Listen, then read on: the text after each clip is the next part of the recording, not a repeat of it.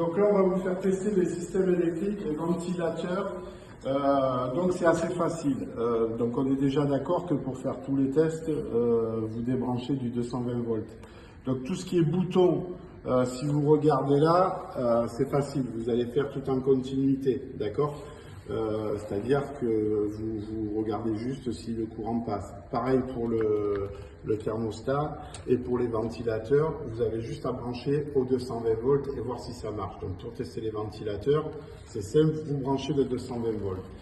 Mais pour faire tout cela, si vous avez pensé que vous avez un problème au ventilateur, c'est bien de commencer par tester le bouton, par tester la résistance, par tester après les ventilateurs au 220 volts, puisqu'on est d'accord, s'il y a un dysfonctionnement sur le moteur, sur l'interrupteur, c'est pas la peine de tester les ventilateurs. Donc sur la résistance là, c'est en kiloohms et 600 kiloohms. Vous le voyez marqué sur la résistance et vous voyez qu'il y a une tolérance de 5%. Donc on va dire que sur 600 kiloohms, vous avez plus ou moins 5% de marge pour vous dire que le fonctionnement est parfait ou pas. Donc Victor va commencer à tester la résistance.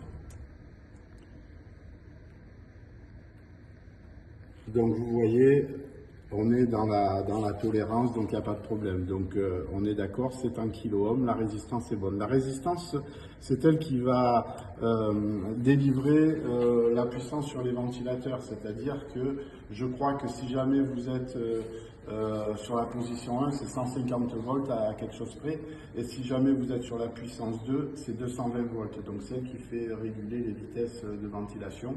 Et on est d'accord, la position automatique, c'est la puissance 1, vous avez 150 volts sur les ventilateurs. Donc maintenant, on va continuer à tester en continuité sur la sonde.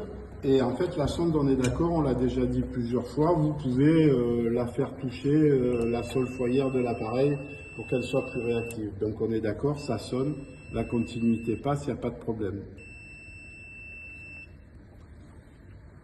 Donc maintenant, on va essayer de tester le bouton, comme je vous ai dit tout à l'heure. Donc le bouton, on l'a mis sur la position 1. Donc on va tester le 0 et le 1.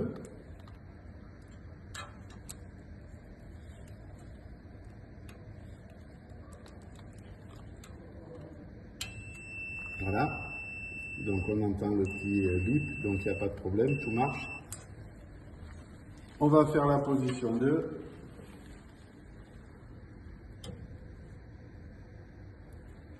Voilà,